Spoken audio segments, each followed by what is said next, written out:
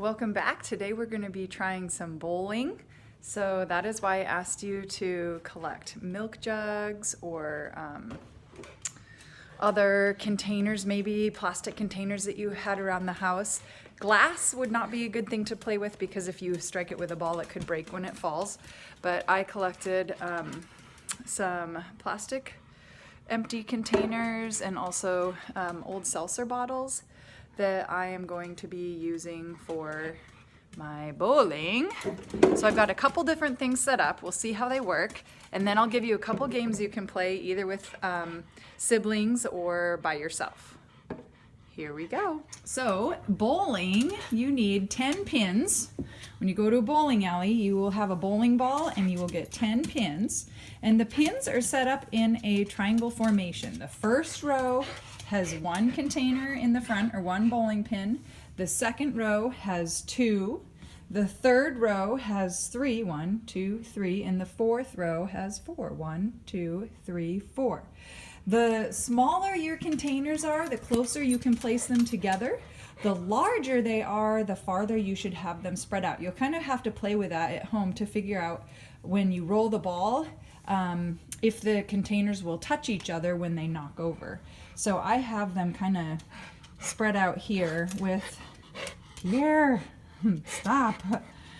I have them spread out where the one is in the front and then the two behind it are off to the side, and then the three behind that are kind of between the spaces, and then the four behind are between the other spaces in the back. I hope that makes sense.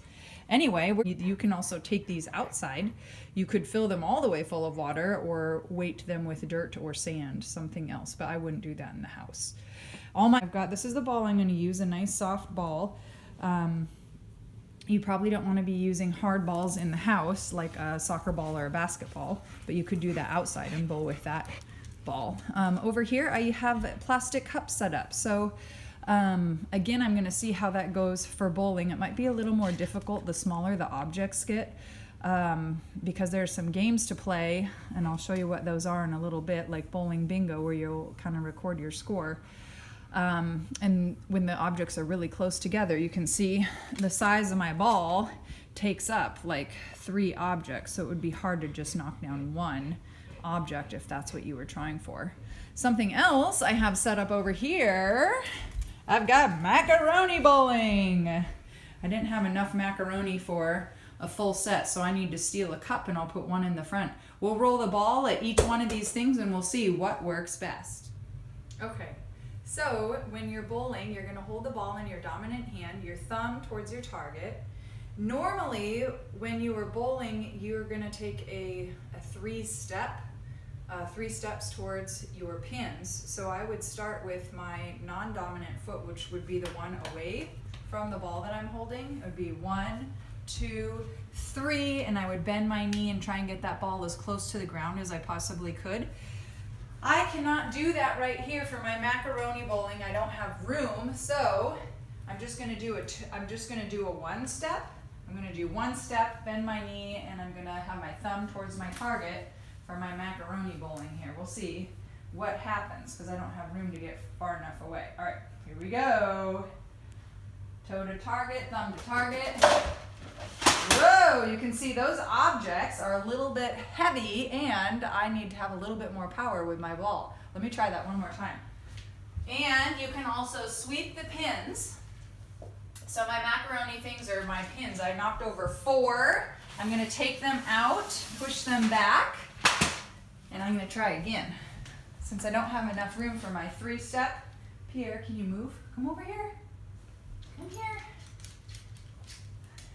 Here we go. Step and roll. Yay! I got it all except for the first pin. You can stop it. Okay, here's my cup bowling. We'll see how far away I can get from my cups. Watch out, Peeper. I'm coming back here. I'm still only going to get 1 step in because I've got my other bowling pins behind where I'm standing. So I go. Step, roll. That worked pretty well, but the objects are pretty close to one another, so I get quite a few of them over. I'm going to sweep again. Sweeping means I remove.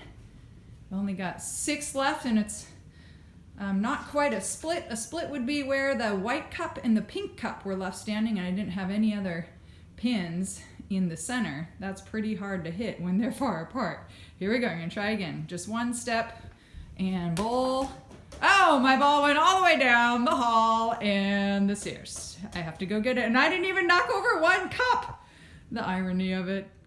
Okay, I actually dumped the water back out of the containers that I am using in the house because the ball wasn't heavy enough to knock the containers over, so they're just empty. That will work best. If you're using something heavier like a basketball or soccer ball, it will probably be better to add a little weight to the containers if you can. Or not, give it a go, see what you get. Okay, Brighton is practicing his 3-step approach without the ball before we begin. I recommend you do that too. Here we go. If you have enough room for a 3-step approach. All right, go ahead. He's got his ball in his right hand. And he's going to take a step with his left foot first.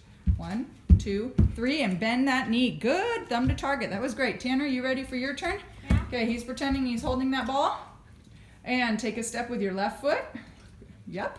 1, 2. Doesn't have to be huge. Whoa, that was pretty big. He fell on the floor. Okay, now we're going to try with the ball. We're going to have each person get 2 turns, and the person behind will sweep the pins and pull them out of the way for the next turn. You guys can, kindergartners can get, and first graders, you guys can get as close as you need to be able to make contact with your pins here. Tanner's my sweeper. He's going to pull any pins that fall over to the side. All right, Brighton, when you're ready, go ahead and I'll follow that ball. You don't have to have, woo! Okay. It looks like he got them all over except for 3. We've got 1 standing seltzer water bottle and 2 milk jugs in the back. This almost looks like a split, except there are 3 pins. He's gonna probably have to try and pick one to get to. Here we go. Whoa! Oh, he got 2! He got them all except one. All right. Let's set them up. Next person's turn. Okay, Tanner's turn. Here we go. 1, 2, 3. Whoop, he fell over. That's all right. Brighton, you pull him away. Now you can do this by yourself. You can sweep your own pins and continue going until you hit them all down. All right, Tanner, go ahead. Go again. Let's see that one go. Whoa. Honey, we're not falling over. Bang, boom, shabang. Was that number 2? Yep. All right. So he hit the ends. That's pretty hard to do. He's still got a couple standing, and Brighton can go ahead and start. So Brighton, grab the ball. So I can get all of those? Yeah, Tanner, you go ahead and go behind the pins. You're gonna sweep. And Brighton's gonna keep going. All right, Brighton, go ahead when you're ready. Whoa, we missed. Next pair out. Next turn. Just one more turn. Whoa, we missed again. Close, but no bananas. Tanner's turn. He gets to start working on his old pins again. Here we go. Whoa, that was good. 3 left. Uh-oh, that milk jug was up, buddy. Really? Yeah, it didn't fall over. There you go. It's hard because it has a wider base, so it stays up standing a little longer. Okay, can you throw it back? Got somebody really excited over here. All right, ready? Woo! Ooh, he hit 1! My turn! All right, they're switching. Here we go. Go! He got the front one. Nice aiming for that. Oh, not the ceiling, please. 1 left. Go ahead. It's my... Ooh, almost. Oh, Okay, for bowling bingo, I created a square with 4 rows and 4 columns, just like this. And I entered, oh, looks like I'm missing a number right here. I'm gonna put in a, I don't know, maybe a 3. I entered all of the numbers 1 through 10. Some of them are repeated at least once. So I've got 2 blank pages for the boys here, and they're gonna enter numbers from 1 to 10 in their squares, and when we hit over with 1 turn, we'll count how many pins we've knocked over. Then we get to cross off that number pin, or that number on our card. Knew it. When we get 4 in a row, you've won. You've got you bingo. So let's go ahead. Can you put in numbers from 1 to 10 in any square? It can be any order you want. Tanner, will you come write numbers from 1 to 10? 1 to 10. There you go. 10 would mean you hit all of the pins in one turn. That's called a strike. If you can hit all of the pins in 2 turns, that's called a spare. And if you get 3 strikes in a row, it's called a turkey. Okay, so with our bowling bingo card, you can see I've got a couple numbers that are on here twice, like the 1 and also the 9 and 3.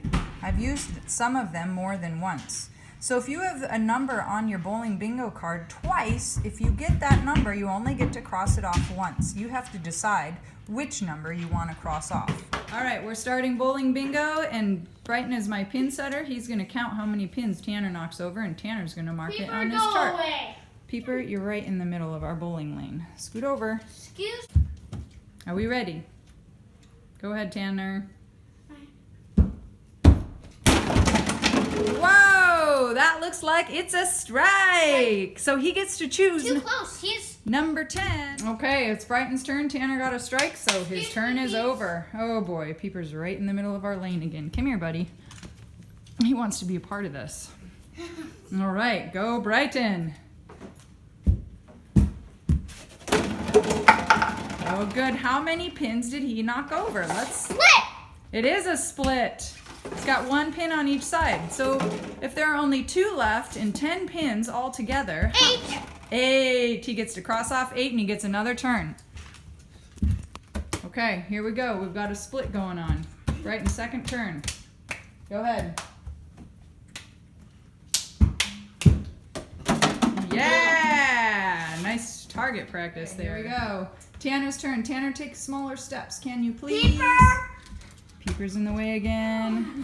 The 4th time. I know. He wants to play. All right, go ahead, sweetie. Whoa! Hey, do we have a 0? No, we can do He that. does have a 0. He gets to cross that one off. Good.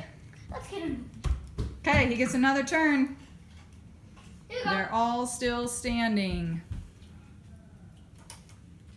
Are you ready? Here we go. Pin setter's back and go.